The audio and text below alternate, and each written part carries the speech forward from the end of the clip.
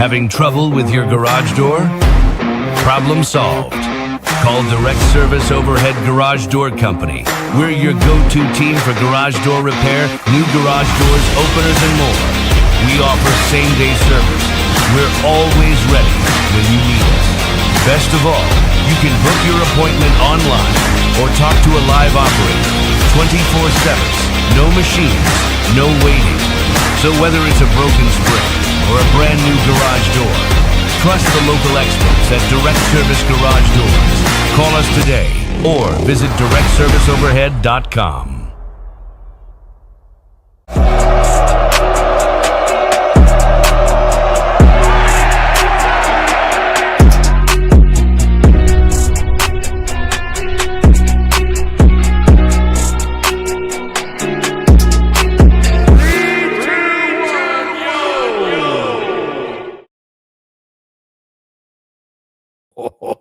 Hey, welcome to Tusk Talk with Ty, the often imitated, never duplicated, best Razorback show on the YouTube channel. I mean, on YouTube. Keep going. You're doing a great job. I just didn't hear you, and I had my screen on a different page, so I didn't see you, and I was like, I better introduce the show. You were crushing it. You're doing great. That was awesome. All right, then.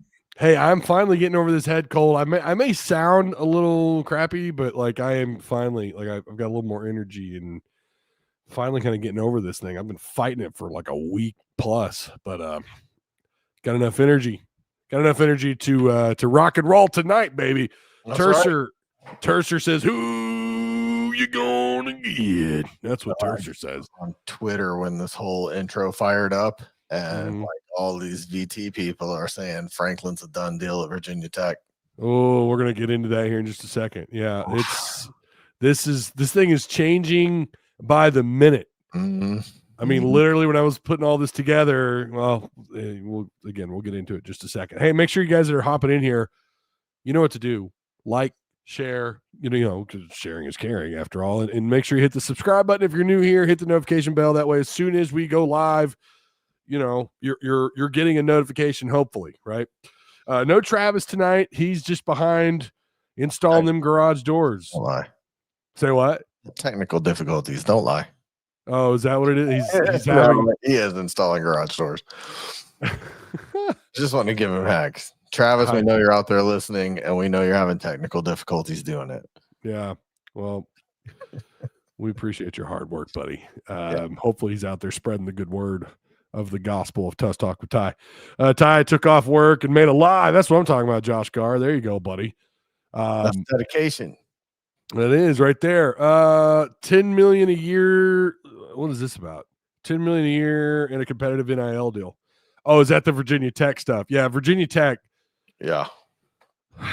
Virginia Tech is coming on pretty strong. So I feel like we got most of the pleasantries out of the way. We can just hop right into it. Let's do it. Otis Kirk, who I know well, obviously he's I worked with him when I was at Hogville. This is not a guy that's going to write a story about some bullshit. If there wasn't some legitimacy to it, he's not going to write. Now, I'm not saying he's always right. I'm not saying he hasn't been, ghosted before or given some not so great intel, but Otis is the man. And he posted a article yesterday at 12:14 p.m. Can I share my screen? I need to remove this from studio. Share screen. Here he is. We're going to give Hogville credit here. Shout out to Hogville, my old stomping grounds for a little while. And again, this is from Otis Kirk. James Franklin, good God, reportedly among possible candidates in Arkansas. Now, yes, Tusk Talk Patreon, we have there's been all sorts of stuff over Franklin. So to the Patreon folks in Tusk Talk Discord, this isn't exactly earth-shattering news to them. And to most people, it's really not. But again, coming from Otis Kirk, that adds a gallon of legitimacy to at least there being interest from probably both parties. And this is what Otis says. James Franklin was recently fired at Penn State. less than 1 year from taking the Nittany Lions to the semifinals of the college football playoffs, where they lost to Notre Dame 27-24. I'm not going to read all this. He talks about Vanderbilt, Penn State. He was 104-45 in his 11 full seasons. God, it's crazy he was there for 11 years. That just flew by. It seems like he was at Vanderbilt like 5 years ago. Yeah, it does. A source has indicated Franklin may very well prefer a program like Arkansas, Virginia Tech, where the expectations are different. If Matt is in chat, he is probably smiling ear to ear because we talked about this before. Yeah. The chances of Franklin going to semifinals 1 year and then getting fired midway through the next season isn't likely at Arkansas or Virginia Tech. Regardless of who Arkansas hires or removes the interim tag from Bobby Petrino, again, that guys, some of you are going to hate this. That is still absolutely on the table. But removing the interim tag from Bobby Petrino, the upcoming portal class will be extremely important to the Hogs. Some want a splash hire, but more importantly, we'll be getting the right coach for the job when the bottom feeders like Indiana hired Kurt Signetti or Vanderbilt on Clark. Those weren't splash hires, but both schools are very pleased with them now. I don't know. Franklin, to me, is Franklin not a splash hire? Like, am I missing something? Would that not be a splash hire? I mean, he kind of is, yeah. But at the same, I don't know if people feel that way about him. Maybe he's just so understated, because I think I shared with you in our private chat outside of here that there were people predicting those coaching vacancies being filled, and they didn't have him filling any slots. Yeah, so I think people I think he kind of underwhelms people, even if he shouldn't.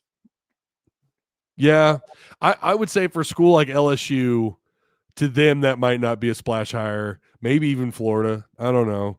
At the end of the day, I would have absolutely no issue with Franklin being the head coach. Yeah, Matt is here. He's here. What did I say in all caps? Now, I want to be clear on this. Yeah. I have also said that, yeah, those are realities at schools like Penn State, Florida State. We'll see what happens with Norvell here in the coming weeks. LSU, as Brian Kelly found out. Of course, those are realities. I've never denied that. Again, we also have to know, is this smoke? Is this real? Or is this Jimmy Sexton, his agent, playing his cards and trying to trump up Franklin? This is pretty normal. Now, again, if Otis is posting this, and by the way, it wasn't just Otis Kirk. Best of Arkansas Sports also wrote an article about it. I seem to have lost it, but I had it somewhere. I'll pull it up here in a minute. They also confirmed that there's apparently some reality to this, to Franklin possibly being in the works. Now, there's a really good question about if Virginia Tech is the school, what is the advantages? What are the advantages between, Virginia Tech over in Arkansas, who's in the SEC? And again, I would argue Virginia Tech may have more advantages to him because they don't play this kind of schedule. No, yeah. And I do think schedule versus SEC schedule with the new guidelines. Yeah, 9 teams. 9 teams you got to play. 9 teams in a Power 4. Yeah, so I'm, who knows, right? And Arkansas, I'm going to be real. I don't know what Virginia Tech has done post Michael Vick. I haven't really kept up with them. Yeah. I know they beat us in the Belk Bowl. That was a decent Virginia Tech team. Other than that, I really don't know. I know they're in fertile recruiting area there. That part of the country. It's going to be easier to recruit to a school like Virginia Tech because of your proximity to to the mecca of high school football. Between of course that area and Texas, and then you get into Ohio and all that. But they're not far from like the mecca of high school recruiting there, which by the way is still a thing. And for people who say, well, that doesn't matter anymore, bro, you might want to hold up because there are plenty of players that are sticking around at their schools based on their NIL deals.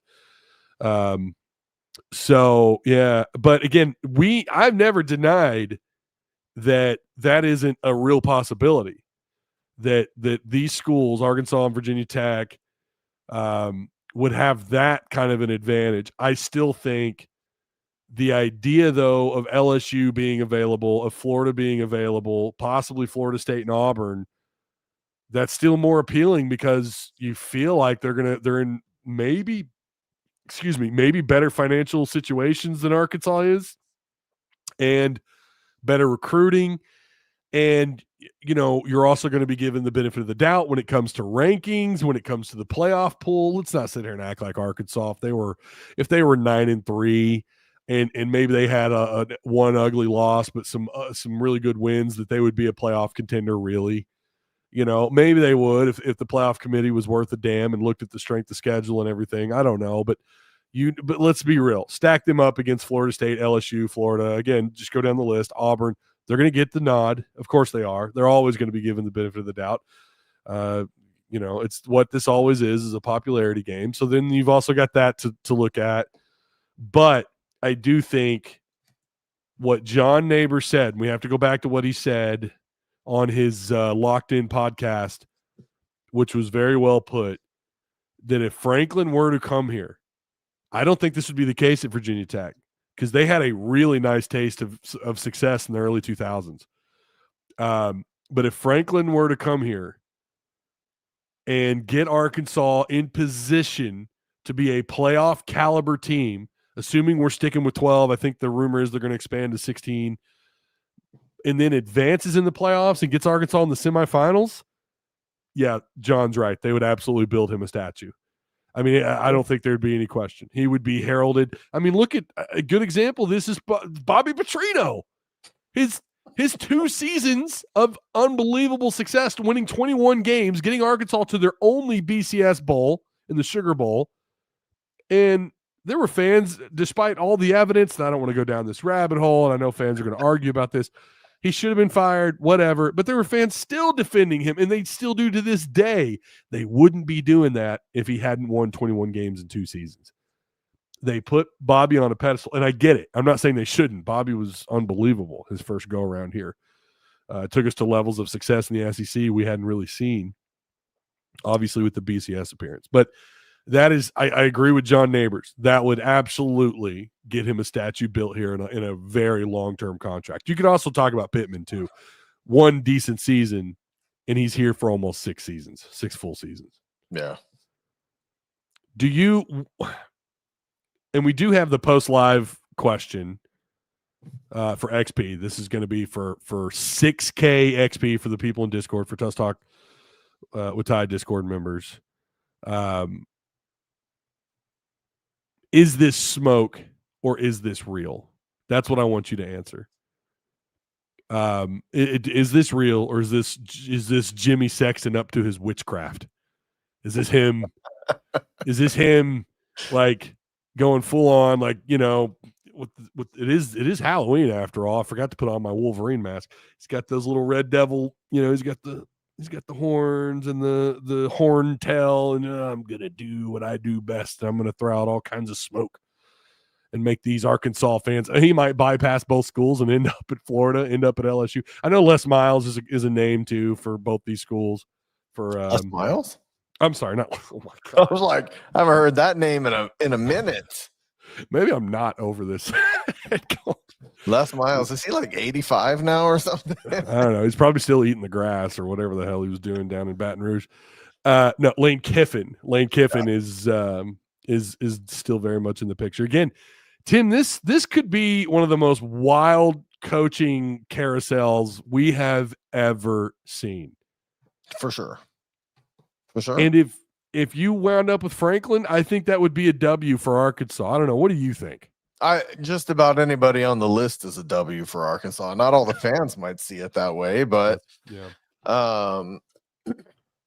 I mean, it's hard to say anybody's going to be a step backwards as long as you don't go to John L. Smith and say, hey, give us a year so that we can find a good coach. Yeah. So Hogblitz says, Ty, really believe it will be Franklin or Bobby, nothing in between. Nothing in between. Nothing in between. Interesting. Yeah, interesting. I mean, I think realistically, if you were to land Golish, if you were to land Silverfield, if you were to land Tulane, Summerall. any of those would be a win, an improvement. So, I mean, Franklin would definitely, with his Penn State background, and with what he did at Vanderbilt, I think that would be a win, for sure. Another name that I saw on Twitter, one of the Razorback parody accounts. I don't know, not a parody. It's like the I don't remember which one it was. It's gonna drive me crazy. But they said they're making the case for Eric Morris out of North Texas. Listen, the dude has produced quarterbacks. Oh my God. He has produced quarterbacks. Including his current quarterback was a 0-star recruit, and doesn't he lead the nation in passing yards right now? I know their offense is like number 1 in the country. I think their quarterback is the number 1 passing yard quarterback in the country right now. So he obviously knows what he's doing with quarterbacks. Can't say Patrick Mahomes. But our problem still, look, I'm not making the case for Bobby. I said it last week. I got called out so hard last week by Live to Play 9, I think. Your nemesis. On Monday. I got called out because I have been on the Bobby Petrino train, but I do feel like you have to hold him accountable. He's taken over the interim position, and we still have no ball security. So I think you have to hold him accountable for that stuff. And in my opinion, that removes his name, or at least puts it on a dotted line of win out or don't expect to come back. I forgot where I was going with that.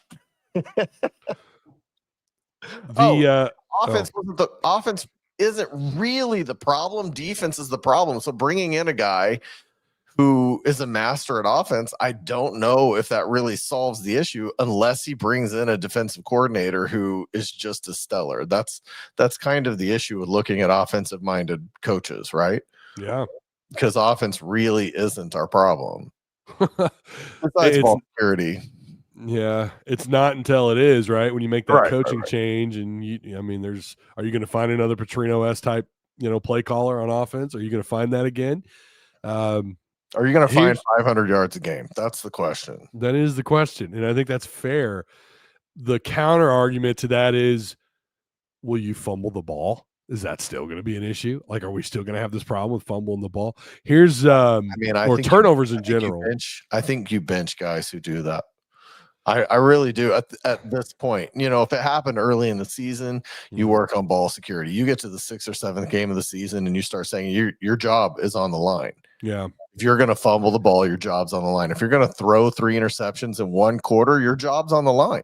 I don't care if we're paying you $1 million a year.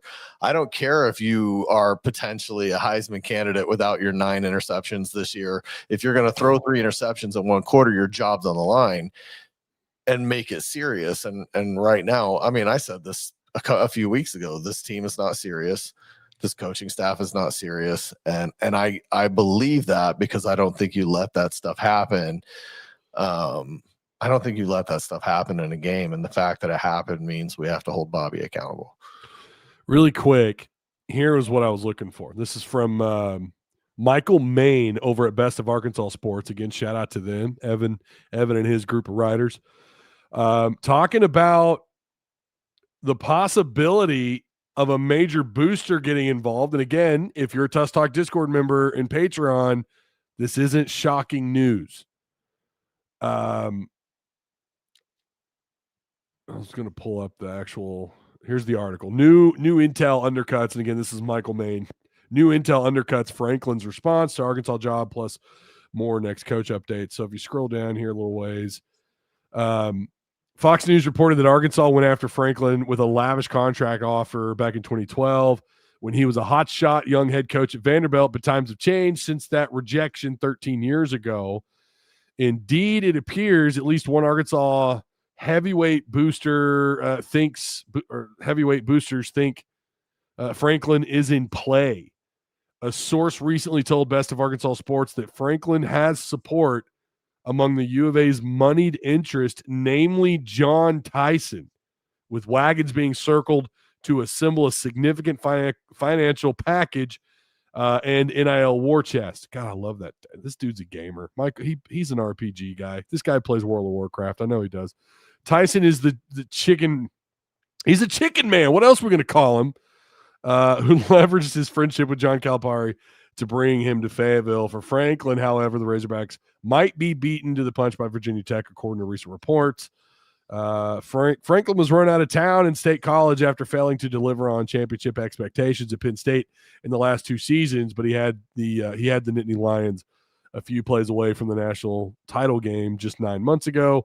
Things change on a dime, and that's so true in the cutthroat world of college football. But one man's trash is another Hogs or Hokies treasure. I will say this. I'm just keeping Google on refresh. And one report now from Jerry Ratcliffe says the Hokies have hired James Franklin as of 8 minutes ago. Don't know if that's true, but that's what it says. Hokies hired James Franklin. And I don't know Jerry Ratcliffe from anything, but his website says covering Virginia athletics since the beginning of time. Hold on.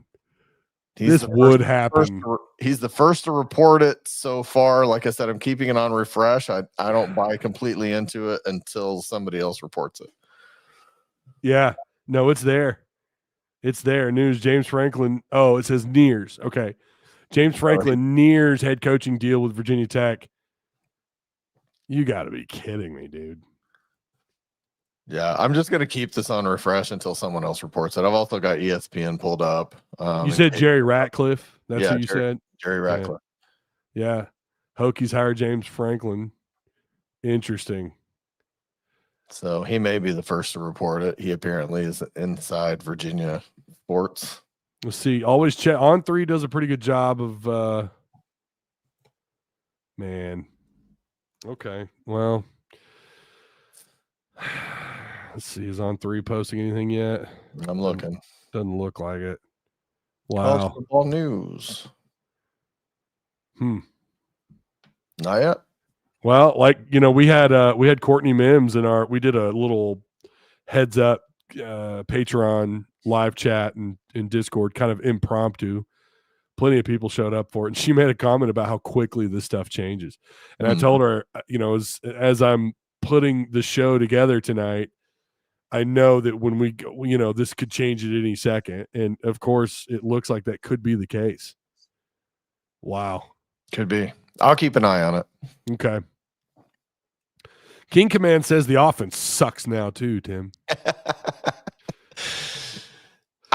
No argument. Like I said, 3 interceptions and a fumble in the fourth quarter. You have to hold the head coach accountable for that. Yeah. So I mean, yeah, you do. He's the head coach. I'm allowed to change my mind, by the way, guys. I really was on the Bobby Petrino train, but if we're not correcting those things this deep into the season, I'm allowed to jump off that train at any time. And right now I'm off of it. Win out or go home. It seems like, and I know Summerall is on so many coaches' short lists, and some of these other guys are on so many other teams' short lists, but it's like, man, they're all build-up coaches. They're all I don't want to say work in progress, but again, it's that splash hire thing. And I don't know. To me, Franklin, yeah, and I agree. Virginia Tech is not. Arkansas is a better job simply because it's in the SEC. I mean, I agree with that 100% too. But some of these other coaches just, I don't know, man.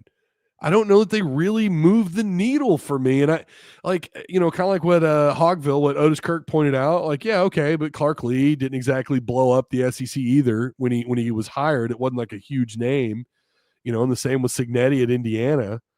And there is the possibility, and I don't know how people feel about Rhett Lashley, especially now that they're losing games. I say losing games. I think they've lost 3. I think that's right. They've lost 3 games.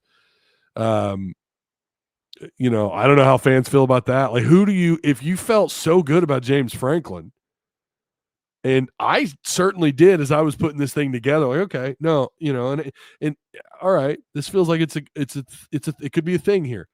Well, now it looks like it may not be. It may not be. This could all just be nonsense. I'm still trying to refresh on 3 here. But then it's like, who then convinces you like that? Okay, that's the kind of hire I want. Who is it? Right. I don't know. Hey, shout out to everyone on Twitter, by the way. Raleigh Williams, former Razorback running back, tweeted out, what's the best Arkansas football talk shows and podcasts? And we got tagged in that thing a bunch of times. That's awesome. I mean, that really is. Considering, you've got some big names that are out there like a DJ Williams and, of course, Trey Biddy. Mad respect to those guys.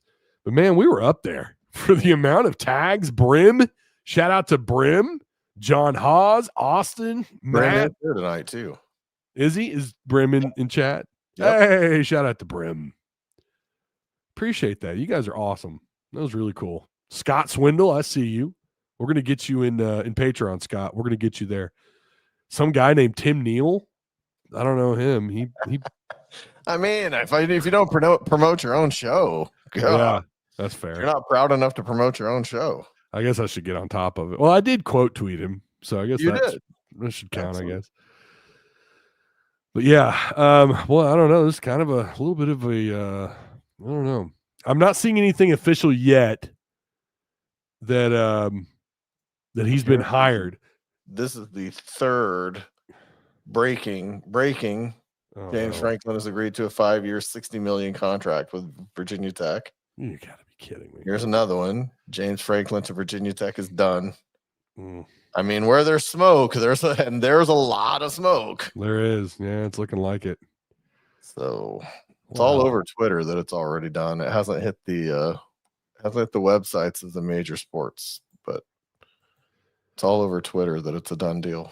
I have seen these things where they're not happen, by the way, but yeah, I have seen these things where like all of a sudden it gets retweeted and like it's like a done deal, and then you wait around all night and nothing happens, and the team doesn't acknowledge it. No major recruiting or no major sports sites mention it, and then it just kind of goes on and on. But yeah, there's a lot of smoke that he has accepted the job at Virginia Tech. Mm-hmm. How does that make you feel? It makes me feel like, who you gonna get? I'm not gonna lie. Yeah. Man, have you struck out on this one? What's next? Yeah. Virginia Tech account says reports are fake. Oh, well, good. Good for us, maybe.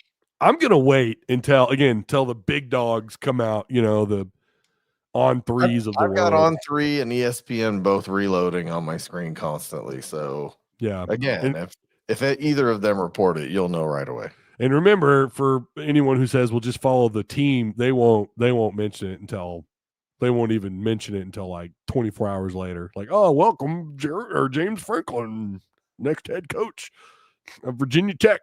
School with ugly ass colors and a really retarded mascot.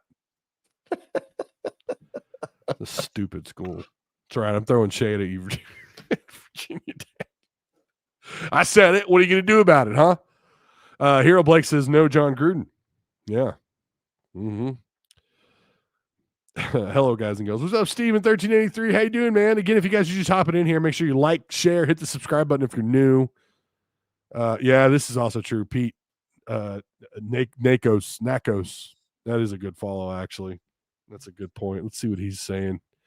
I'm pretty sure he's one of those, because he's an On 3 guy. So I'm telling you, man, On 3 is usually the place, man. And then ESPN will kind of follow a little later, but he hasn't tweeted anything about it yet. So could be fake, you guys. Could be fake. He could still be on the table. But again, if you've got a name, if it's true, Tim, that you've got a big name booster like a John Tyson getting involved in trying to rally the troops, big dog money troops, you're absolutely in play for someone like Franklin, assuming again all this is nonsense. Yeah, for sure. And that's what our team needs at this point. You've got to have big names and big money. Otherwise, it's just more of the same, more of the 2-10, 5-7 that we're all tired of. You don't need another bridge hire. No. I mean, and that's what Pittman was. I called him that when they hired him. It felt like a bridge, hire. And that's what he ended up being. And he excelled, that the second year was certainly like, whoa, didn't see that coming. I mean, I did. I called 8-4 that year. Go back and watch the tapes, run them back. I called it. I said 8-4. If you doubt me, go back and watch the highlights. But I still was surprised when it happened, though. It was like, that's not supposed to be that quick. We're not supposed to, what the hell? And then year 3 was just a steady decline from then on out. So, but he was a bridge hire. 2-10 to 2-10. He had some good season in between. Yeah. Oh, that's very fair.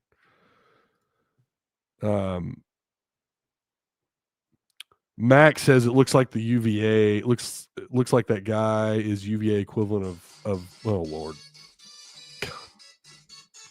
Nice. I muted Mo. I forgot and that was the Sonic the Hedgehog sound there, or the soundtrack there. Old Arky 56 is calling me as we speak. He's probably telling me, oh, he's going to Virginia Tech. I'm telling you. If we get Summerall, this is from Pooh Bear the Prophet. I swear that profile picture cracks me up, dude. If we get Summerall, we may as well hire Tulane's AD as well. I mean, anything's possible, right? Yeah. Mark W says Barry Odom. That might be, you might want to check the spelling there, Mark. Was the reason Arkansas was decent. Well, yes, I would argue him and Kendall Briles. I was going to say, I've said before, you can go back and watch the tapes, that he was relying on the coordinators to win the games. Yeah. And that's fine. He was a CEO coach. That's what Sam Pittman was. And that's fine. The thing is, you don't go out and hire a Dan Enos who clearly just was not, he couldn't dial the KJ Jefferson buttons the way Kendall could. And it was just what a cluster that was such a bad hire. That's just didn't work out. And you also don't say things like, I didn't know what to do. You also don't do that either. Gary Davis says, I hear Brian Kelly is available. Oh, no, come on. Those are lies. See, that's what you needed Travis on here tonight. Brian Kelly going to take us to national championship, guys. Yeah. The case for Brian Kelly is interesting. Okay. I did read someone's take in a group chat that I was in. And of course, no, I'm not saying they need to get Brian Kelly. He would be oh my God, I can't stand that guy. Him and Beamer. I just can't stand either one of them. My family, God, Kelly. But the case for him was that he's underperforming at the Best school. The best schools, and he's underperforming, but he does have a history of winning. And my rebuttal was like, okay, yeah, but he's winning. He was winning with the accommodations of a big time blue chip program. Well, he was winning with Notre Dame at a time when Notre Dame was completely independent, could choose their entire schedule. I don't remember that their schedule was ridiculously difficult. They had some they made it more difficult when they started scheduling ACC teams. Difficult being an asterisk there. When they started scheduling ACC teams. Mm-hmm. But Notre Dame carries so much prestige for being able to set up 8 cupcakes and 4 real schools. I know. That still drives me crazy. They walked in here and just frog stomped Arkansas. It just drives me crazy. Like, what are we doing, man? I get it. Like, Notre Dame has more talent and they've got a way better coach, and they're probably playoff bound yet again. But like, I don't know. No, I'm with you, King Command. I know that's what I was saying. I was saying it was a step up for Notre Dame. I'm not saying the ACC was. I mean, they're not the SEC and they're not the Big Ten, and they haven't been largely they've been a one-team conference. They've been Clemson or FSU, but they've not been a grind through the entire schedule. Yeah, the ACC is nowhere near the same level. I mean, and I get it. Like, you can argue, like, Georgia Tech this year for them is insane. They're 8-0. Yeah. 5-0 in conference play. Virginia is 7-1. Pittsburgh 6-2. Louisville, I think 6-1. I think. But like in Miami, 6-1. But Miami, some people believe, just vastly overrated. I don't think they are. I don't care. They lost to Louisville in a close game. I'm not going to hold that against them. But the ACC is not the SEC, and you know, it's weird because I always do this thing where, like, okay, the top 4 teams in the SEC versus everybody else in their conferences. What would their record be? It's always hypothetical because of course it is. But you say they're not a slouch. I might agree with that, Command. But my God, the way you know, just look at what the top 4 schools in the SEC are doing, how good they are, even though they're not your typical powerhouses. Just like Georgia Tech isn't, and Virginia isn't in the ACC. And those 2 teams are dominating. Between the 2 of them, they're 9-0 in conference play. So I don't know. I would probably take the top 5 of the SEC to run the ACC. I would take the top 5 in the SEC to run that car. I'm not saying they'd go undefeated, but times have changed though. The portal has made things so wild, and it's really difficult to, you know, have your finger on the pulse and know what to expect. Who would have thought? I mean, in A&M too, right? A&M would probably win that whole conference the way they're playing. I still have doubts about their defense, but they are they're playing really good ball. Beating LSU the way they did, 49-25. Wild.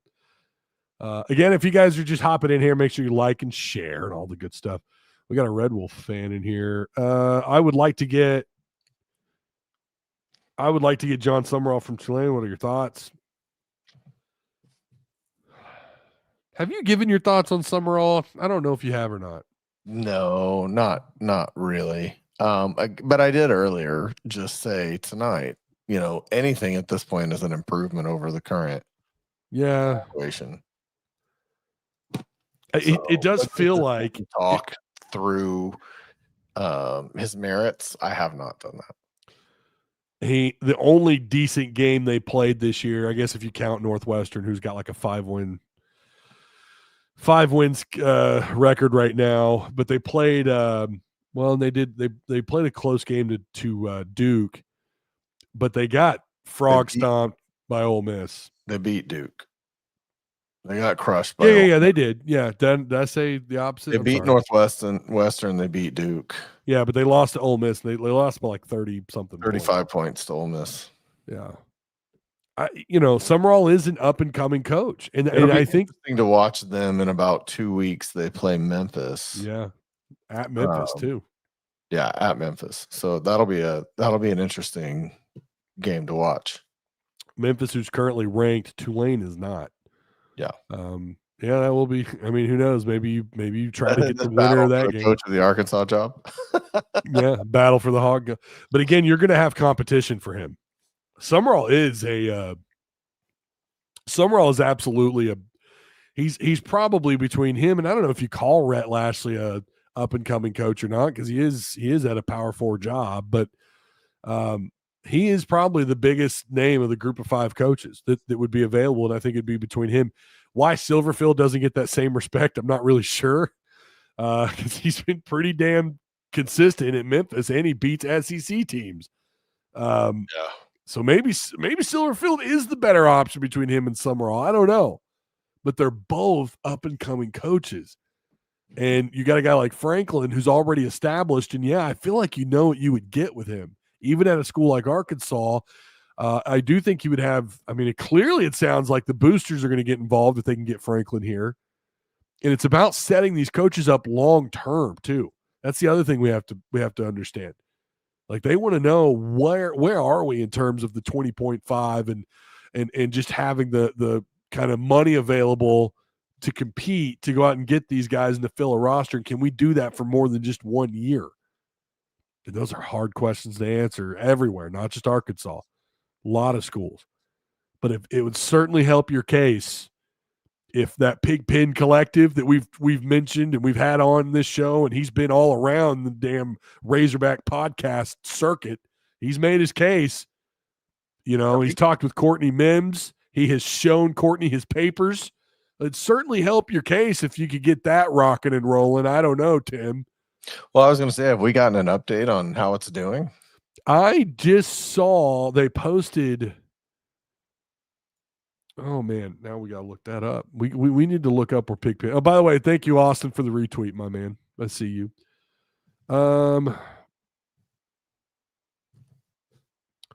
He posted just a little while back where they were at, and I'm on the 26th, and I'm not. All 66 members have been added to the website. Our fans starting to pick up the message. I'm all the way back on the 24th, and I don't see an update. I guess I could go to the website, huh? Maybe the website will show us. Oh, they have changed the site a little bit. Pigpen Collective has changed the site up.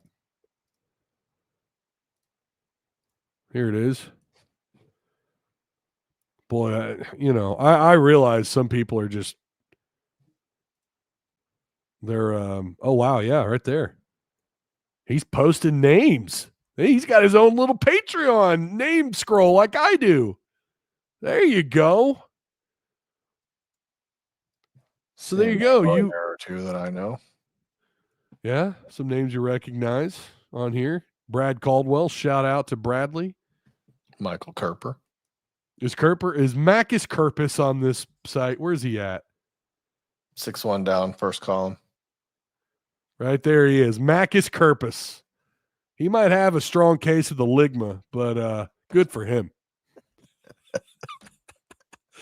John Haas. John Haas is on there. I see some Tusk Talk with Ty Discord members. That's what I'm talking about. Oh, Kerper's on there twice. 3 times. Is he? Mm-hmm. He's in the first 3 columns. Yep, there he is in the first 3.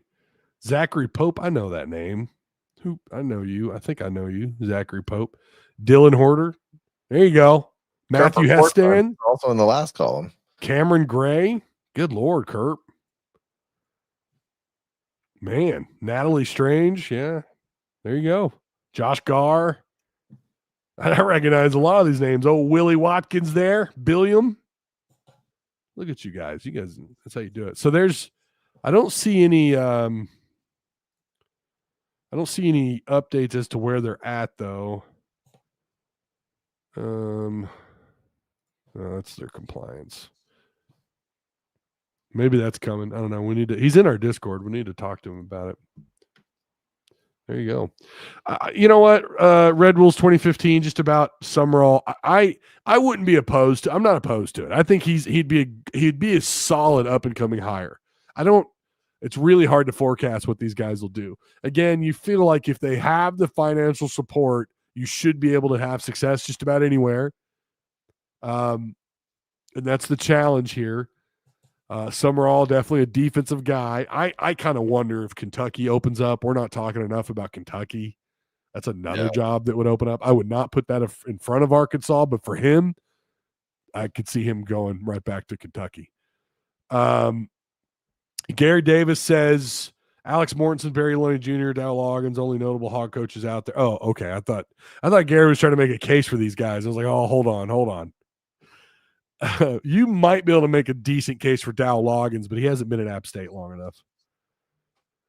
Mark W. says, I doubt Tyson is going to help much with this hire. He already forked over millions for Coach Cal. I don't know about that, Mark. I think you might be surprised. But never say never, and you never know. I may have to check. Let's see. I may have to check to see if I got overcharged.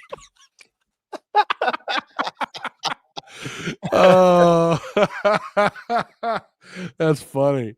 Oh, Don't man. reload the page until Here- this is done. He hits reload 4 times. He's on there. Yeah. 4 times now. Well, again, if you're just tuning in, we are waiting. We're kind of waiting around to see if there's any confirmation, but there's a lot of smoke that Franklin's headed to Virginia Tech. And again, there's nothing from On3. There's nothing from Pete Nakos. I think I'm pronouncing that right. Nothing from him. So we'll see. If you look his name up on X, though, it's like it sounds like he's already there. He's stepping off the plane there, according to them. Well, yeah. So I see one Twitter that says James Franklin 5 years, 60 million press comes out Monday. Won't be announced till Monday. So who knows? Who knows what's real? Who knows what's fake? But yeah, they're saying it's a done deal, but won't be announced till Monday. I guess we just got to be in believe it when we see it mode, right? Yep. Because what'll happen is then it's going to be another school steps up, and we're going to hear, oh, he's heading to whatever, Florida, Arkansas. He's headed to Arkansas. Yeah, 5 years, 61 million. Yeah, they have countered. I'm telling you though, this has Sexton written all over it. All over it. And it's just like, this is how the game is played. And, again, local sources can be, and that's how you control things. That's how you control the narrative. You get the local media and the YouTubers and you get them all they're hearing things. Oh, see that? Yep. And then it just stacks up more money. I mean, you remember the Gus Malzahn stuff. It was almost just like, oh, no, he's coming. He's coming. He's coming back home. And what did it do? It made him richer while he was at Auburn. Yep. So, just something else, I tell you. All right, so we're going to keep an eye on that. Is Rhett Lashley still in play? This is the question. Sporting News, Andrew Hughes called the Wake Forest win over SMU this past weekend the assist of the century to Arkansas. And that's, again, coming from Best of Arkansas Sports, quoting Andrew Hughes. And again, I would be, you could, and I say this all the time, Rhett, to me, if you could talk yourself out of Rhett, you can also talk yourself into Rhett. And sure. I just don't know. I don't know if that'd be a great long-term hire or not. Again, you're rolling the dice with every single one of these possibilities, man. There's just no way of knowing whether or not what he was able to do, at least last couple of years up until this season, what he was able to do at SMU. There's no way to know for sure that he'd be able to do all that and it would translate, into wins here at Arkansas. Well, yeah. I mean, there's a lot of variables for next season. NIL is still a variable at this point for next season. The new scheduling is a variable for next season. I mean, it just makes things more difficult to be able to come in and perform at the level that he did last year with SMU, thinking you're going to come in and just run the conference. I mean, I don't know. It's going to be tough. Next year is going to be tough. Yeah. And, when is it ever going to be easy, right? At a school like Arkansas? Well, and like I said, I told you this, I think it was last Monday, watching videos of Hugh Freeze and Lane Kiffin both talking about the scheduling, and they were like, SEC fans are going to have to get used to 8-win seasons being great seasons, and that's going to be a hard adjustment for your Alabamas and your Georgias and your LSUs. That 8 wins is a great season, but that's the feeling the coaches are giving is if the fans can't get used to it, this is going to be tough because the scheduling is going to make things so much harder. It is. And so you'd have to, and maybe that's a thing too that might turn off some of these other coaches. Yeah. Wait a minute. I got to play 9 SEC games and a 10th, P4. Yeah. Like, what? You know, and I know the Big Ten's going to say, well, we've been doing it, blah, blah, blah. And I'll give Big Ten credit. Like, I do think it is the second best conference in the country. And I have said the last 3-4 years, I said the SEC is just slowly and gradually taking steps backwards, and the portal was certainly a big part of that. But still, like, the grind of this season alone, looking at what Arkansas has to deal with, I don't know they're going to have a schedule this tough again, but anything's possible. Yeah. So yeah,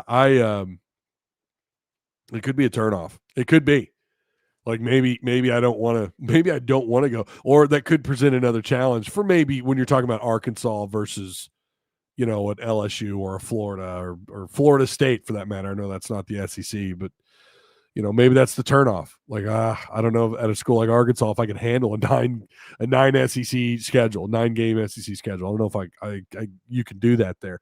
But you're right that the idea of winning 8 to 9 games a year now in the SEC, and how is that going to hurt or help the SEC in the playoffs too? Which I do think they're going to expand. It's going to be 16.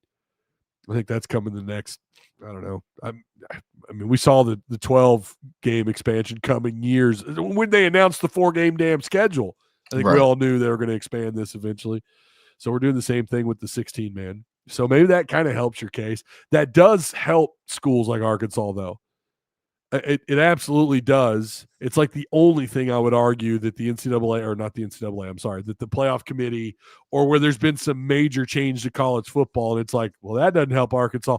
This one does, because it helps you can go with a 16-game schedule. You can win 9 games and still make the playoffs, which is, the equivalent of the BCS era. It's the equivalent.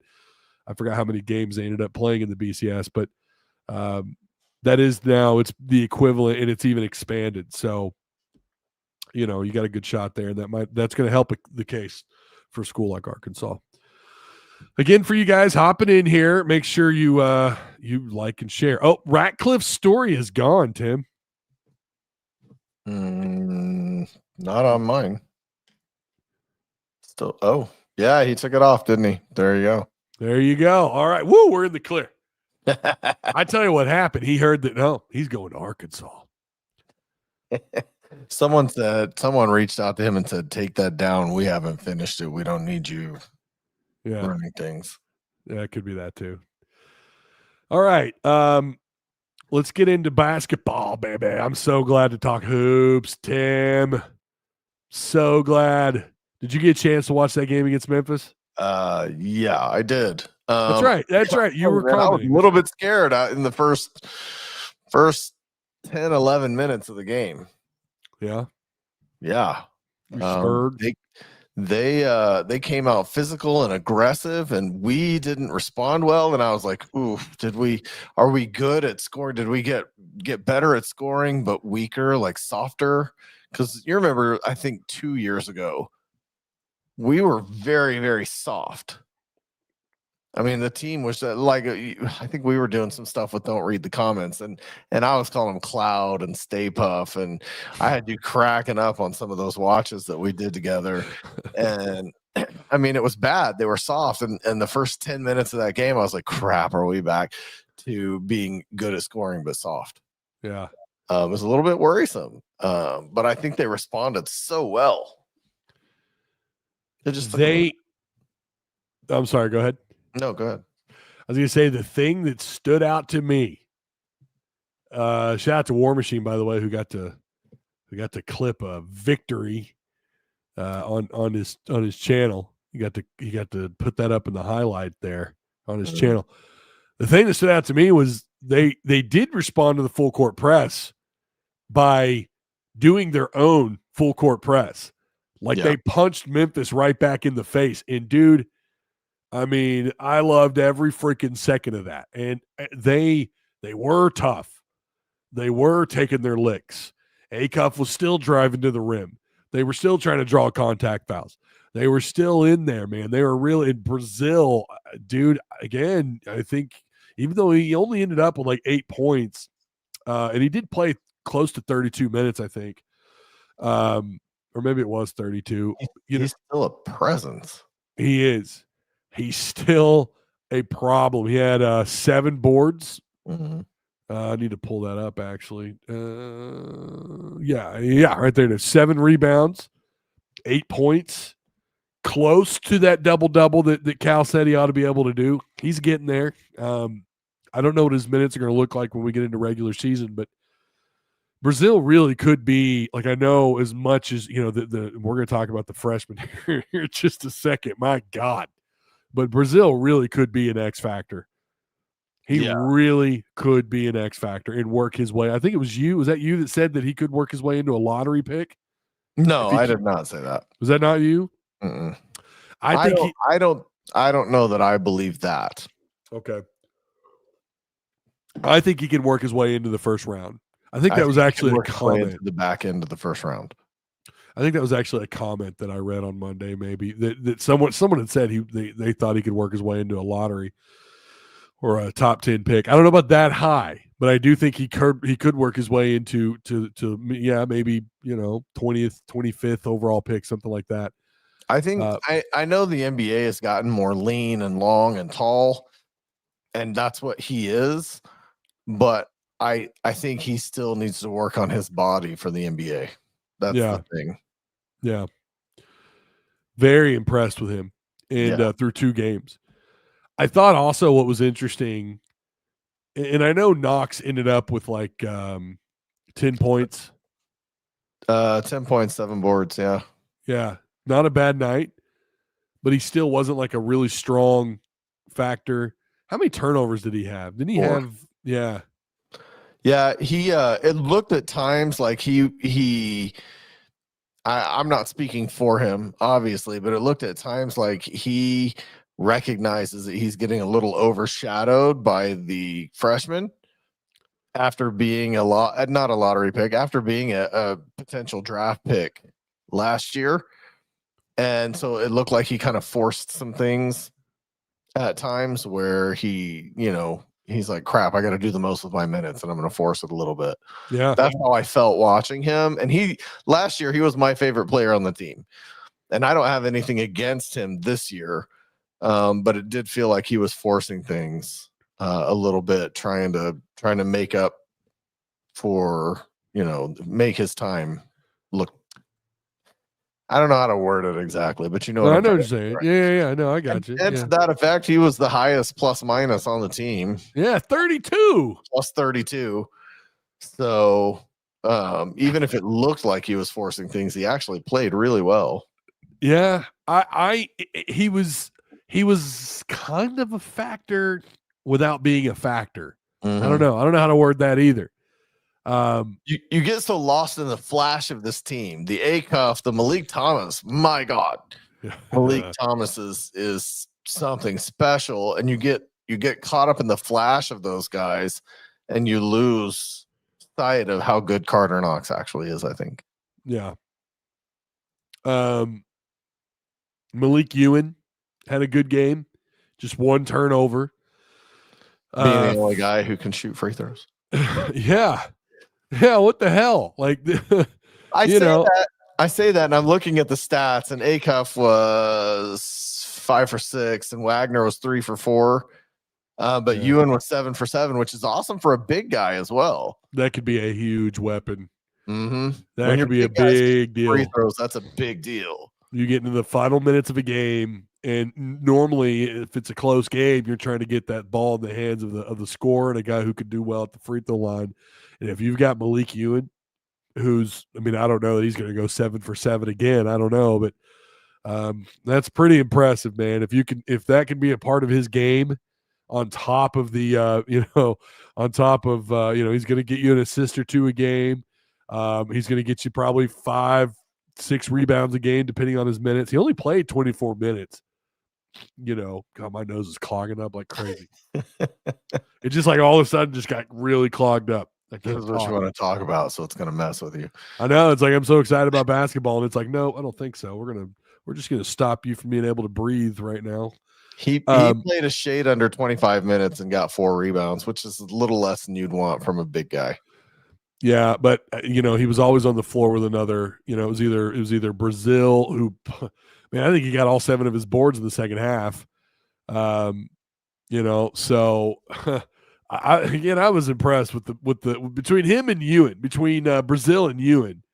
It's good to see the bigs doing that, man. He also was a really nice passer. He had some really nice passes. He had 4 assists. Mm-hmm.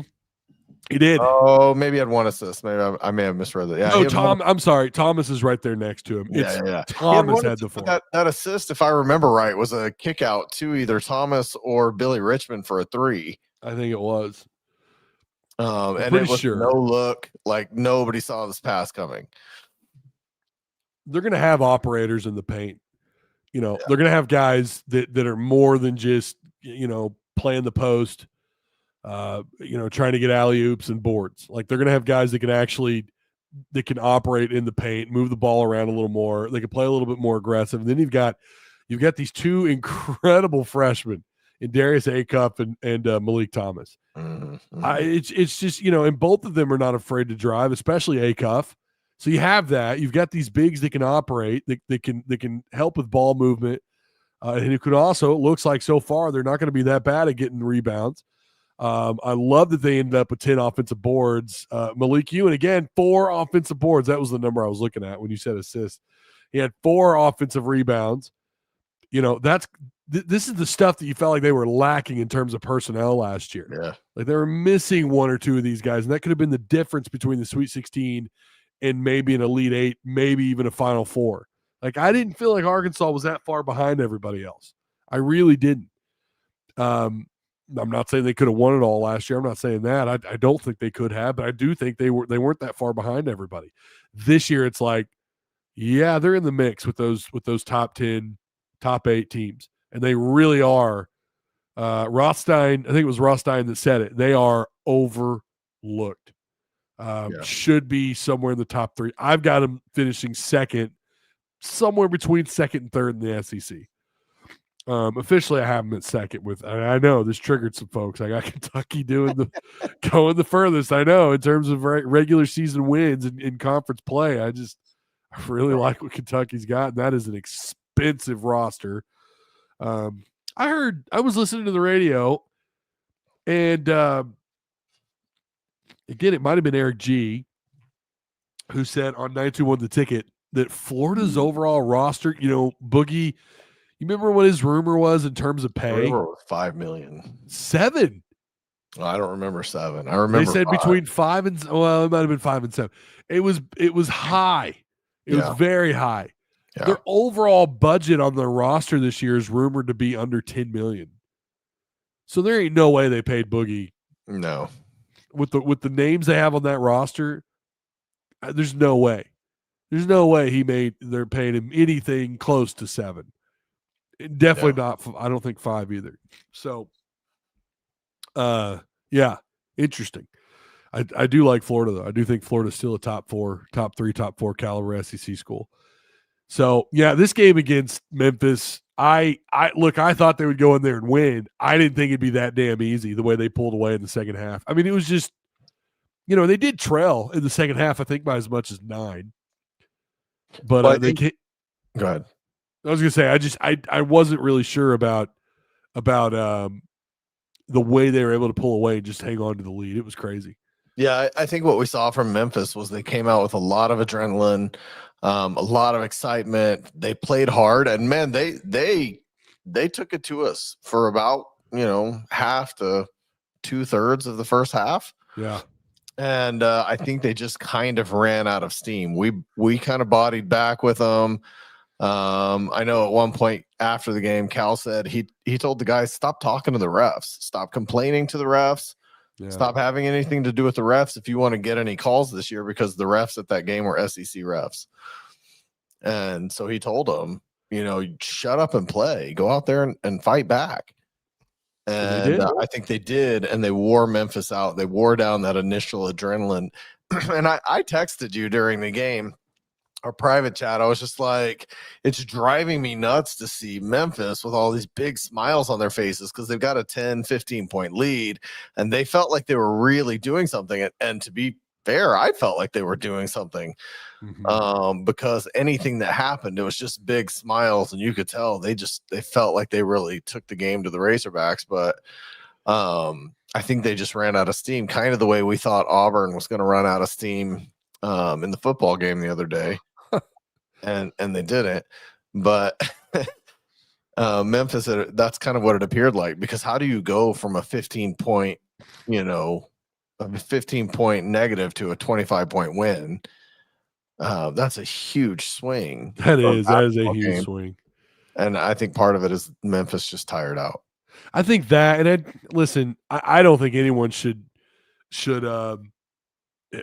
oh my God, we're going, we're not losing but a game now, in SEC play. We're going to dominate. And maybe that is the case. But I wouldn't, from these two exhibition games between Cincinnati and Memphis, let's not chug the entire bowl of Razorback basketball Kool-Aid yet. Unfortunately, their first game to open up is, I don't know much about Southern. I'm going to be real. I'm going to probably look into them I know I will before we play Monday. I think they're expected to win their conference. I'm not really sure. Sure. But that's 6:00 Monday. So Monday's live. I'm either going to have to go live really early, which could mean just me going solo, or I'm going to go live and just use the post game as also the Monday show, the Monday Night Lights. I don't know. We'll have to figure that out. If you do the post game, I can definitely be on there with you.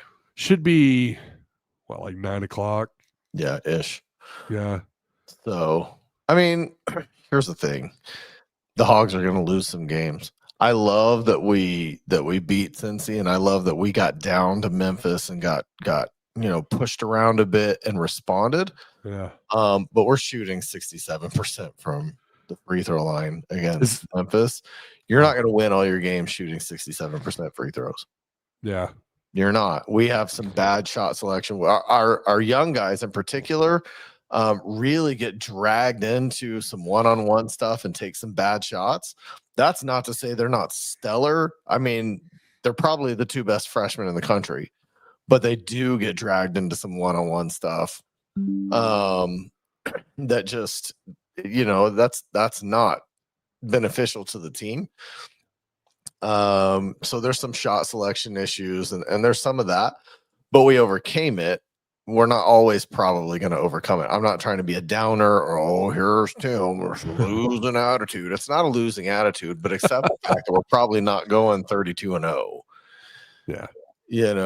That's just the reality of the situation. It is exciting to see. I expect to win a lot more games. I don't expect to be, 17-10 or whatever, hoping 19-10, trying to get into the tournament. I expect to win a lot more games, but the reality is we are going to lose some games. Yeah, they are. They're going to lose some games. And they can't, we can't have too many of those freshman moments this year too, from those two, from ACOG. Well, and let's be real, from Nick Pringle and Malik Ewan, it's nice to have some guys getting some offensive rebounds. Ewan had 4, but Pringle put up 18 and 9 against us last year. Yeah. I have yet to see that in a preseason game from Pringle.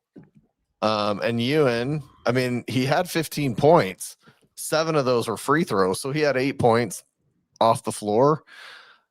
I mean, that's fine because we have the guy scoring. But what if Malik Thomas has an off night? People have off nights. If he doesn't score 23, if he scores 8, we've got to have better play from our big men at times, and we know they're capable of it. Like I said, Pringle 18 and 9 against us. He had 5 points and 3 boards against Memphis. So we're going to need better play than 5 and 3 because we know he's capable of it.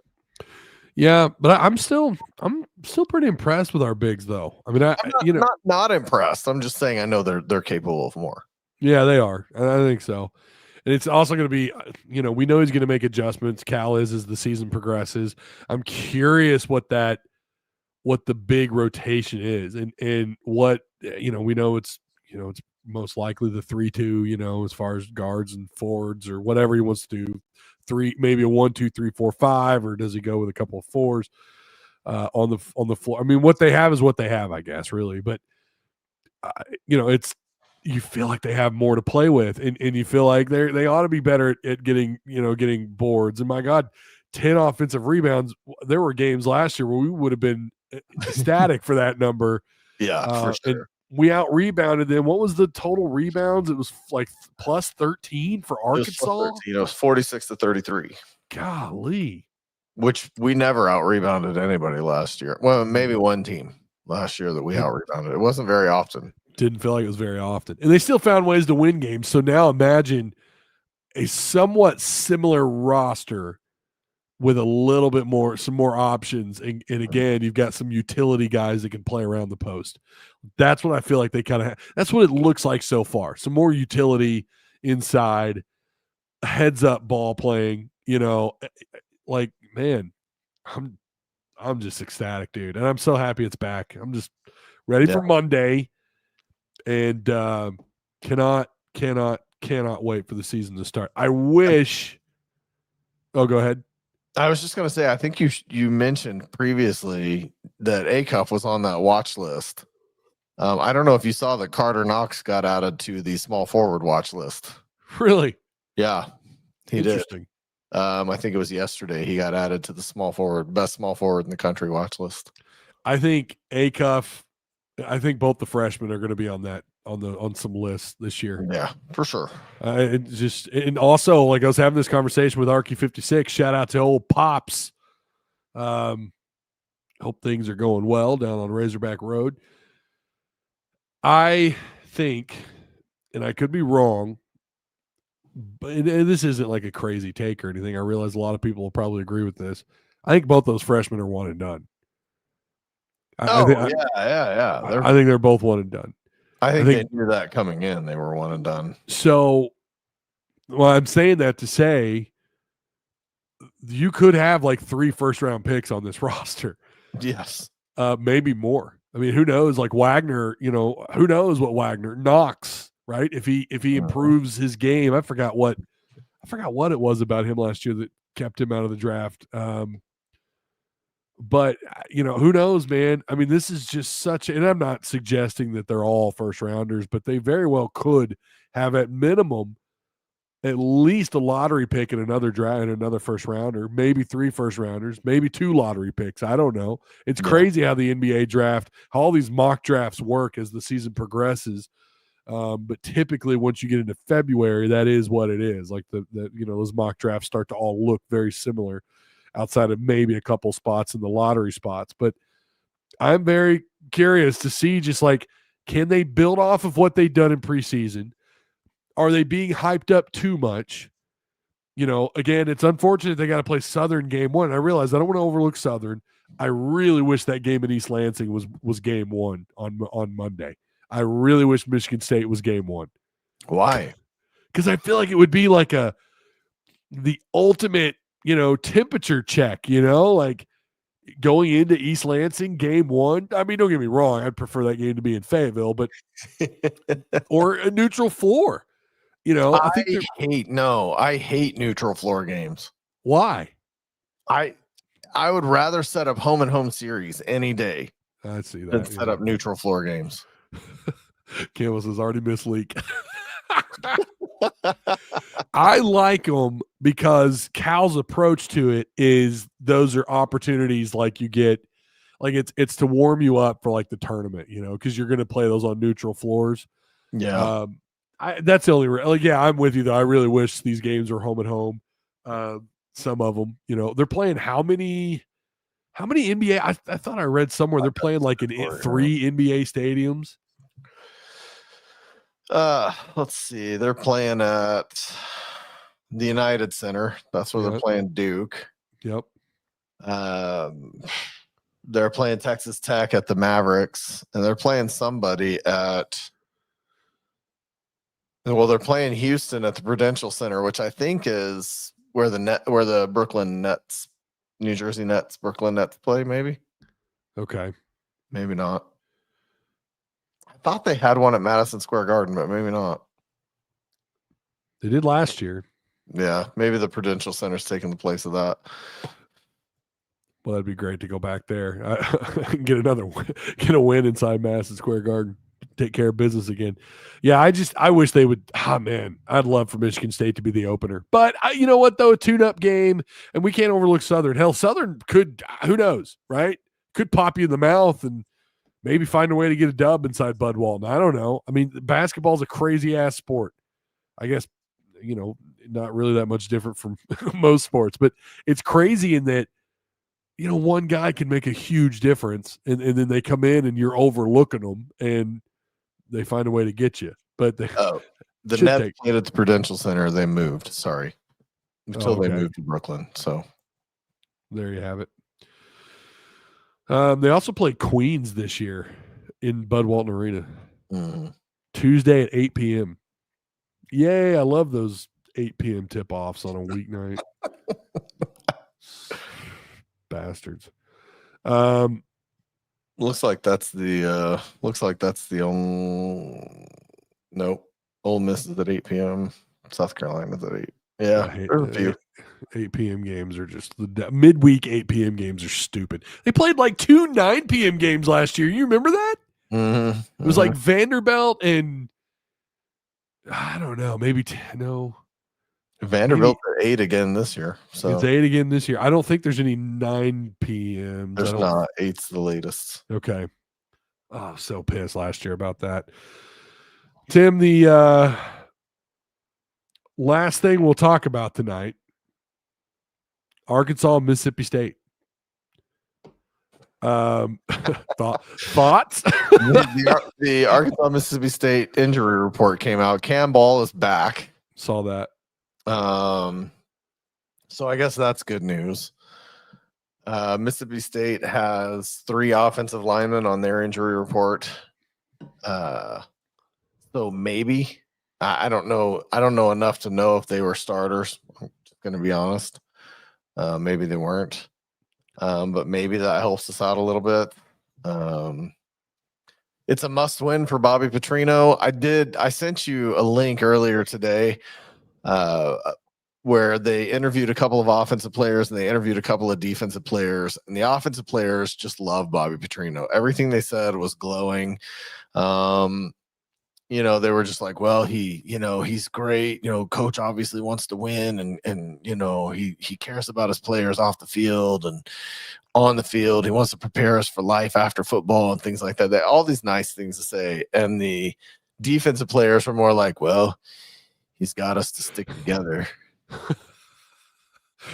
Well, you can tell that he cares about football. And it's like, okay, clearly the defensive players hate Bobby Petrino. Nothing glowing about this guy at all. Rumor has it that a defensive player was talked to at a restaurant this week. So I have a person who told me that they talked to a defensive player. They didn't tell me which one. And that defensive player was like, he just MFs us all the time. He calls us MF losers, and he just says MF this, MF that. Whoa. And we just don't like it. Well, I'm going to be honest with you. Up until the Auburn game, you basically cost us every single game. Every single game was on the defense. I know we had fumbles. I know we had interceptions. But we wouldn't have even needed those scores if you played an ounce of defense, like an ounce of defense. So you cost us every single game leading up to Auburn. Auburn, you held them to field goals. Proud of you. Silent claps for that. But you still allowed almost as many rushing yards as we had total offense. So still no defense played. So I don't know what you want. I'm not sure what a defensive player would want from their head coach other than to be like, step up. And his way of saying step up is to drop a lot of F-bombs. Whether you like it or not, that's the Bobby Petrino way. He would do the same thing to the offense, but they're putting up 500 yards a game. And normally when you're the 4th best offense in the country, you shouldn't have 2 wins. You should have quite a few more. Yeah. So when I look at Mississippi State, I look at yet another opportunity for the defense to finally step up and play. This is the one game that you're favored in for the rest of the season. Why don't you go ahead and actually try to win this game and maybe stop somebody? Yeah. Maybe don't get your feelings hurt and grab some tissues over on the sideline, but actually go out there and play some defense. You know, I mean, if you want me to put on a jersey, I don't have any eligibility left, but I'll gladly go take one of your places and try. So I'm just saying, if you want my take on Mississippi State, that's it. The offense is going to put up the yards. They put up 331 yards last week. They'll put up 400 plus yards this week. The defense is going to have to stop somebody. The game last week for Arkansas against Auburn, and this will lead in a little bit to this Mississippi State game. You know what surprised me? I would have sworn Taylon Green's kept clean pocket percentage was going to be like under 60%. Yeah. It was 64%. And he completed 62.5% of those throws. He was 10 of 16 off those clean pocket throws.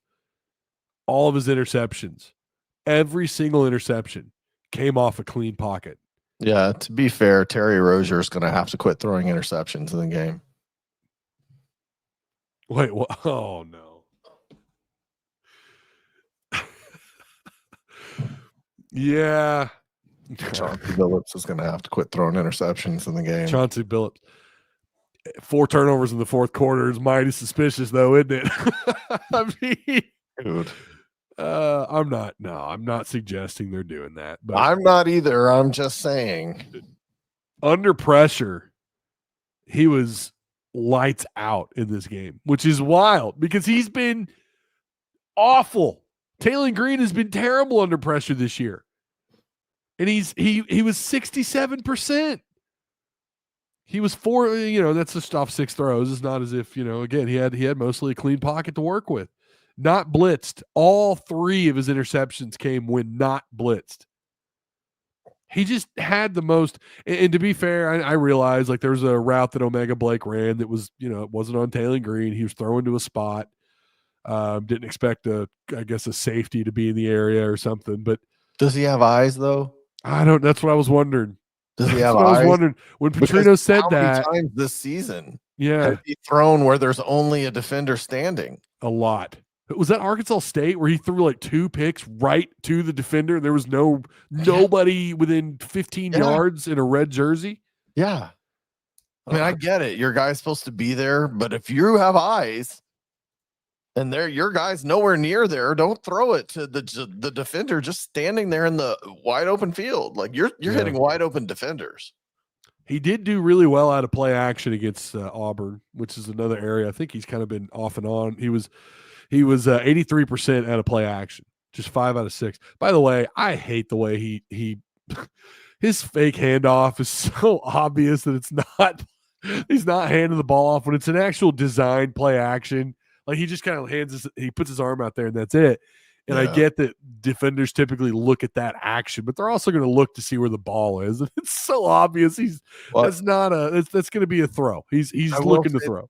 There's been a couple of times, obviously I'm not on the field, but there's been a couple of times, particularly in that Auburn game, there were a couple of times where he puts the ball right there for either Russell or Williams to run, and he has the option to pull it out. And I mean, even I slowed it down and watched it. Like the defense is already assuming this is being handed off. Yeah. And he's not reading it. Like they're moving toward the running back and he's not reading it. He's letting the running back take off with it. And he's got an easy 10 or 15 yards if he just pulls the ball back and takes off running. I'm not sure he's as good at reading that as we wish he was. There have been a couple of them where like I said, I slowed it down. The defense is all moving the way that the running back's going from the get-go. They're going to crush the running back in the backfield. Yeah. And he's not pulling it. Yeah. Or he's pulling late and it still ends up costing him because he delays. He does the same thing when he's throwing in the pocket too. Like sometimes he'll delay, he'll hesitate. Put in KJ. I see you, Matt. I mean, Michael Kopesky. Put in Jackson. We're already there. Hey, make sure you guys like, share, and subscribe. Make sure you share the content. I'm not just saying it. Please do it. There's Tusk Talk with Ty, Twitter or X, rather. You can retweet that account that has this show link. I'd greatly appreciate that. Mississippi State has not been exactly great at protecting Shapen. He's been sacked 27 times. He's got 13 touchdowns, 5 picks. He is a 66% completion quarterback here. He's averaging 8 yards per completion. He's 150 out of 227 attempts, 1,900 yards. And he has really – he's been hot or cold. And, you know, when you look at Arkansas's protection, it's so much improved. It's so much improved. That's going to be the thing in the offseason for Mississippi State to deal with is, man, we got to protect our quarterback better. And some of it's just shape and holding on to the ball too. Watch them play a little bit this year. 151 rating according to ESPN, but again, 27 sacks. Now I was looking at his hurries.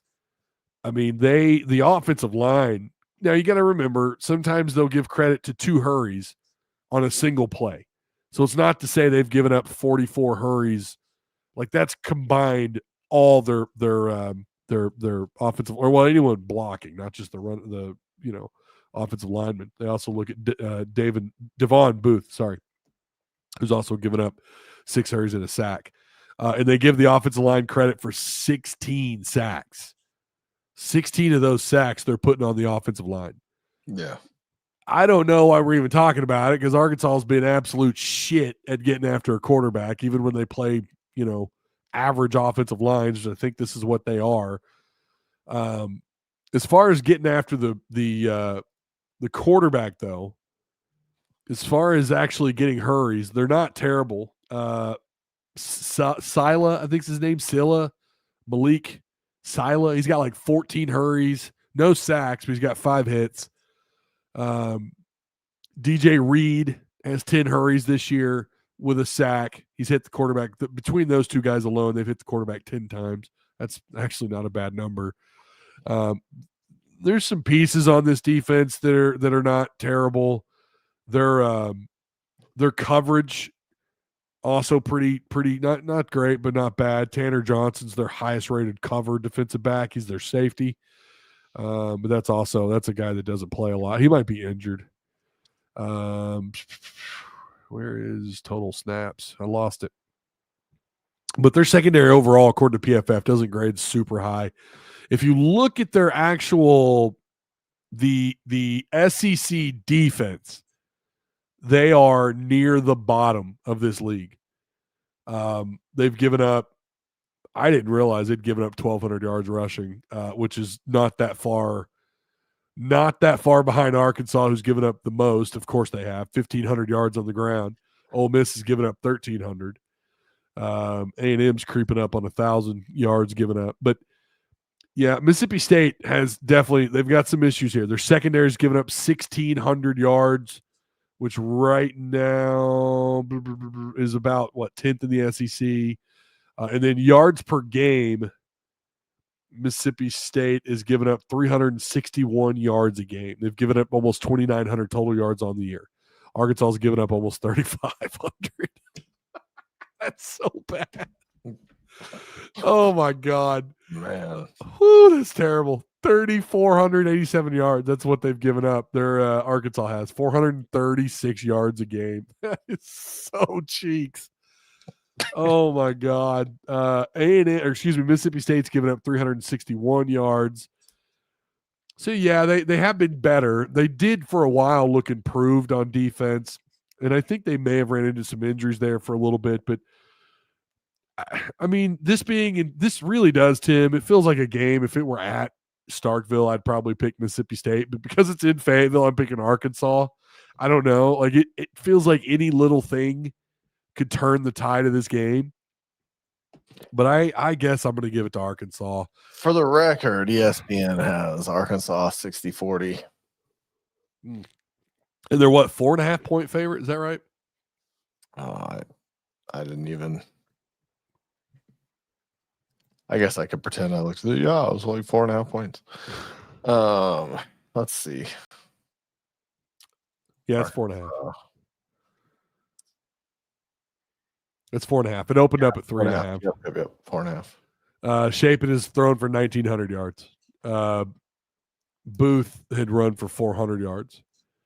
He averaged about 5 yards a carry, roughly. By the way, Amarian Harris and Caden Kittler both on the questionable list. I don't know if you saw that. I did. David Oakey once again out. Cam Ball, like you mentioned earlier, is not on the injury list. That'll help. But, boy, I wish they were getting David Oakey back. I think Oakey's out for the year, if I heard Petrino right. Will Whitson is out for Mississippi State. I didn't know that. I must have missed that. Has he been out for a while? Am I missing something? I don't know. I need to look up his total snaps. Huh.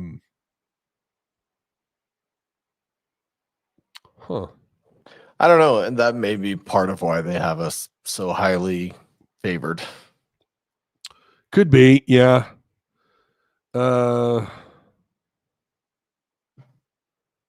Why am I not seeing him on their PFF list? Has he been out the whole year? I swear I watched him play. Yeah, there he is. Okay. He's played 46 snaps, so he must have been out for a while, or maybe he came back and was out. He's played 46 snaps. Really good grade, but again, just 46 snaps. He had two sacks. He was a force. I mean, that's a good player. Yeah, so he must have been out for a while. So Arkansas again favored 4.5. I would, I mean, I'm leaning Arkansas. God only knows. And really, I get it. No one really gives a damn. You talk about football, people scray. They're out. They don't care. I understand. Look, nobody's watching. Yeah. I mean, it's no one's going to watch this game. We're more excited about basketball. I guess we'll hate watch. I wish we scheduled a basketball game on Saturday instead. Oh, my God. Yeah, at the exact same time. At the exact same time. Or maybe started at half, right? Because that's what Arkansas does. They only play good for a half, so just schedule it around starting in the second half. That's right. Yeah. I guess the question is that leads into what does that mean for Petrino? And I think it's pretty obvious that would keep him in the bracket of being a name. Win out. You think that's what he's got to do? Yep. He's going to win out. After losing to Auburn, I don't think he had to win out till he lost to Auburn. Now I think he has to win out. Oh, and I don't think they have that in them.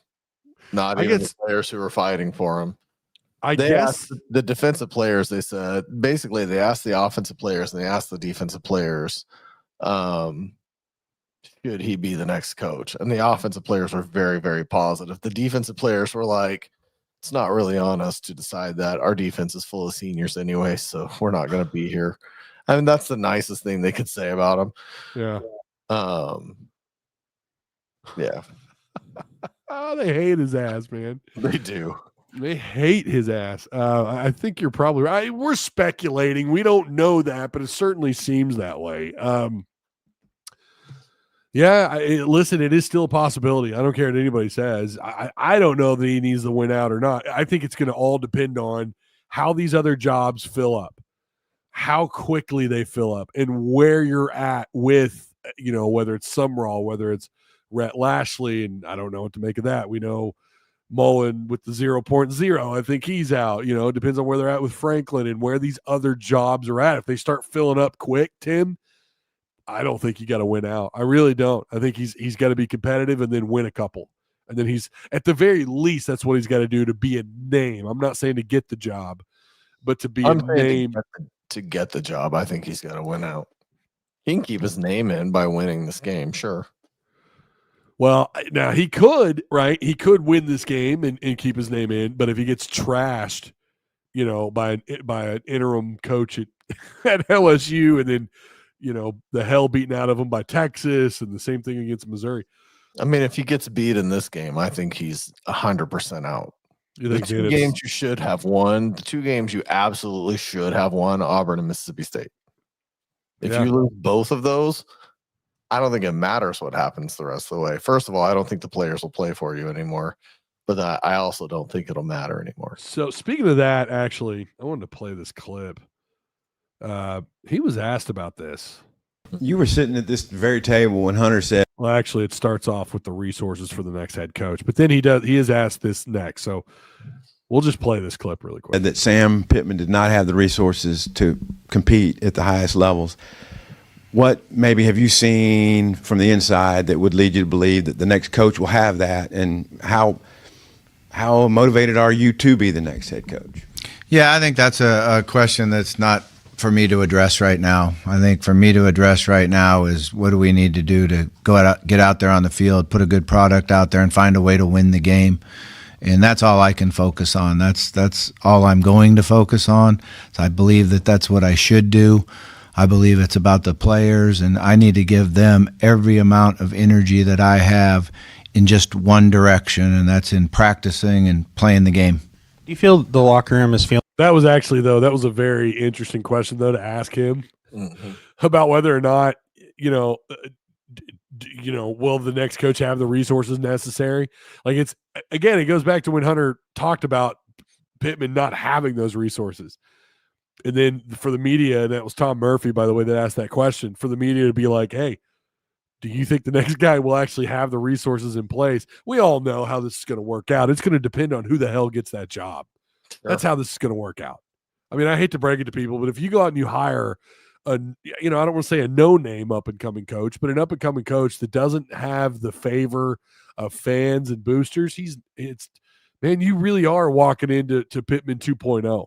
Well, it really is no different than Washington politics at that point.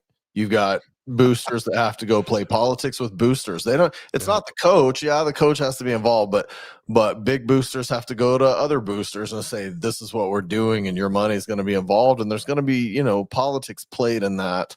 And how much support is given is going to be, there will be some determination based on who the coach is. Yeah. Bobby Shiz, we wanted to react to what he said, fella. Calm down. Feeling maybe any added strain coming off just, two really tight losses to top 10 teams and then to lose to an unranked Auburn. I mean, do you feel that there's any pressure building inside the locker room right now? I've been impressed with our attitude. I've been impressed with the leadership within the team and guys wanting to step up and get more work and get more reps and get in the depth and try to get out on the playing field. So, obviously it's stress. There's no question about that. But I do feel like that they've reacted to it pretty well. Tomorrow will be a big thing. We need to get out on the practice field tomorrow and practice hard and physical and show the fight that we're going to need to have to win the game on Saturday. Yeah. So he says the locker room's still hanging around. I mean, there's that. Yeah, I know, guys, that the locker room's behind me, but they're all going to come out. What I heard out of that whole statement was young guys. He just said there's a lot of guys trying to find their way into the rotation, basically. A lot of guys playing hard and trying to find their way on the field. To me, that says I don't like what I'm getting from the seniors. They don't care, and I've got guys trying to make it on the field. That's what it says to me. I could be wrong. He did not say that, but that's the way I hear that. That's probably not a bad point. I mean, again, the effort out of the defense and the push tackling by the defense, and I will say I think the secondary has somehow improved a little bit, not by a lot, but like it's still about bad angles, poor tackling, and zero toughness. Lots of arm tackling, lots of trying to hit the guy with your shoulder and hope he falls down, lots of push tackling, like you said. Yeah. Not a lot of wrap up, not a lot of gang tackling, not a lot of swarming to the ball. It's so weird. It is so weird. But that is the Travis Williams effect. And I don't know that I want to put that all on T-Will. I know he's not here right now, but these are his guys on the field. And by the way, we saw that when he was here this year too.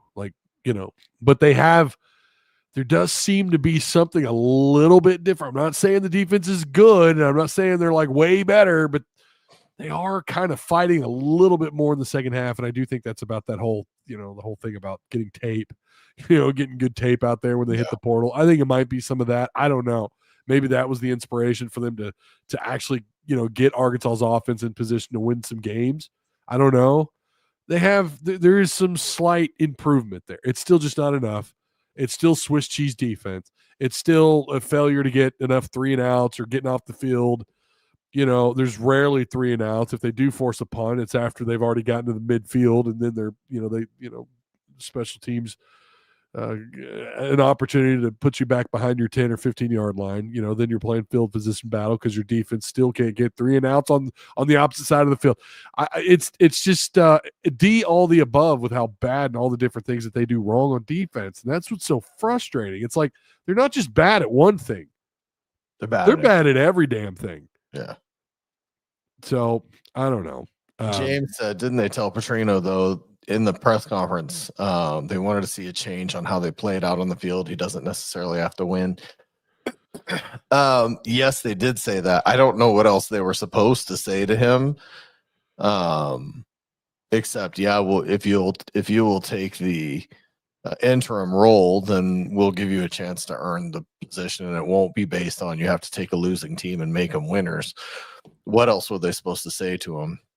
But at the same time, what you've seen on the field, I guess they haven't given up like they did in the Notre Dame game, but you haven't seen better tackling.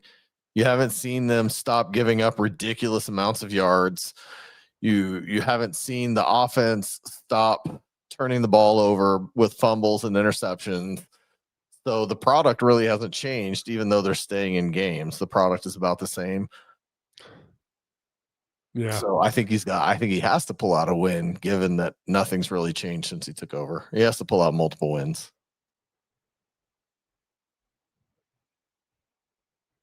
Kyle, are you drunk? Like what? Mr. Kicks. What? What is this? What are you? Ty's been on the Scott Fountain train for a long time. I have been. I've been on the Scott Fountain train forever. The train to run him out of town.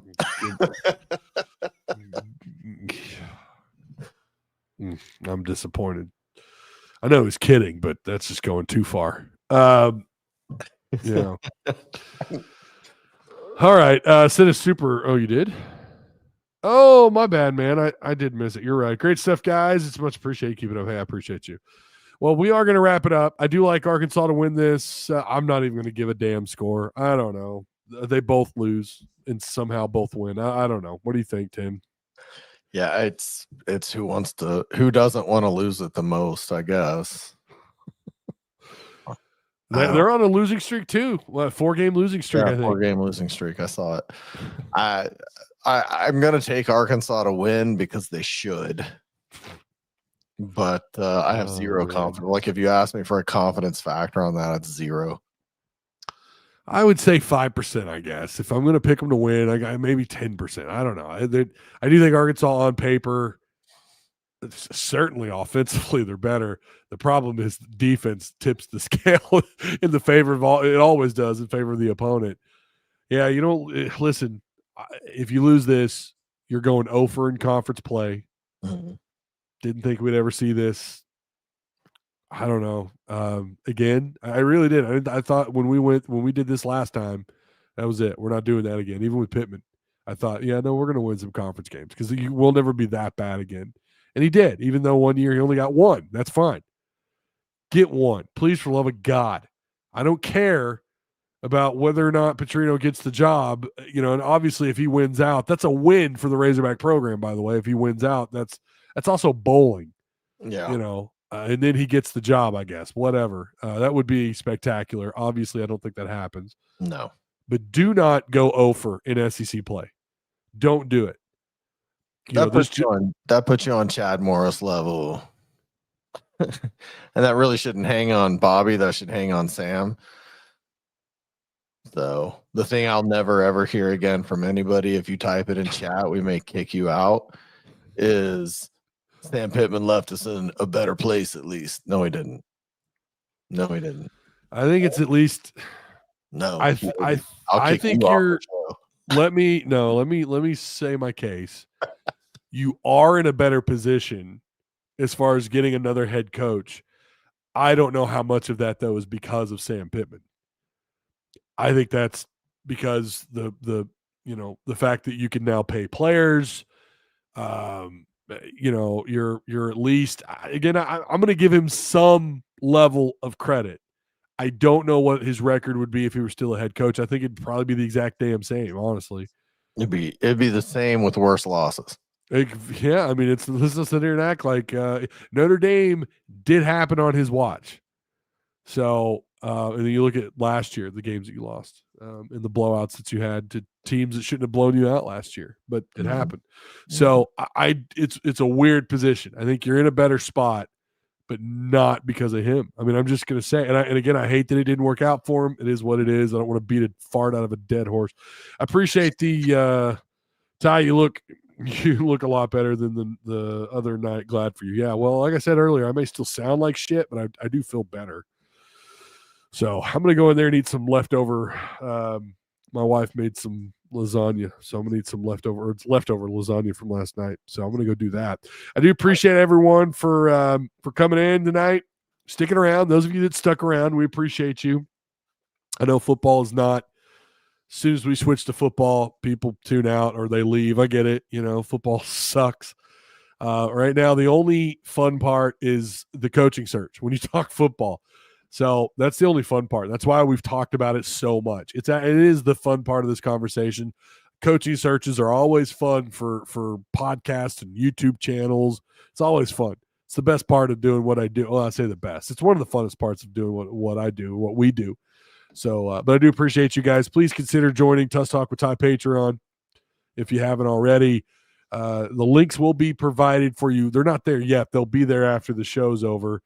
Or you could just come to Discord and you can find the link there if you want to. Hey, listen, if you want to get in on some coaching rumors, Patreon chat is where it's at, baby. You cannot. We're getting some pretty good information in that Patreon chat. I'll just say that. But I know people mostly have signed up over the years because they want to show support to the show and everything that I do. So I do appreciate that. Shout out to Direct Service Overhead, the Garage Door Company, same day services, Tim.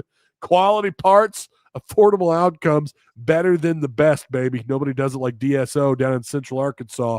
Emergency service 24/7, 365 days a year.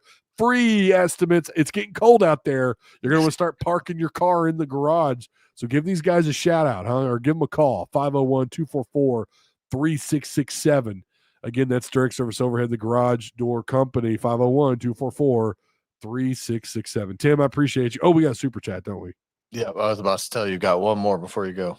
What are the chances of keeping Bobby and getting a big name defensive coordinator? Well, I've already told you who I want. If they do keep, I don't care who the next head coach is. Give me Durkin.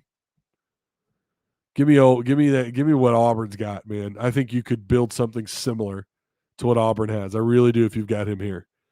I don't know. Keeping Bobby again. I don't think he has to win out to do that, just to keep the job. I could be wrong. I don't know. I think anyways, I don't think he's going to be the candidate at the end of the year. I really don't. I don't see them. If they got to do more than win this game, and I just don't see that happening. I think this is probably going to be it. Tim, you have any thoughts on that? I think it's very slim chances of keeping Bobby, and the only way he stays in the conversation is to win this weekend. Yeah. I'm not sharing that, Kurt. I'm not doing it. You're not going to win this time. You're not winning. It's not happening. John Oliver, I put the question at the bottom of the chat. All right, everybody. Tim, appreciate you, man. This one went over a little bit, but I'll be back Saturday after the game, post-game, the best post-game live show around, baby. Come be a part of it. We will see you, or I will see you on Saturday, and Tim and I should return on Monday at some point, maybe after the game, there may not be a 6:30. So, just make sure you hit the notification bell. Make sure everybody else shares the content. Sharing is caring. All right. We'll see you guys Saturday night. Enjoy the rest of your week. Oh, happy Halloween, by the way.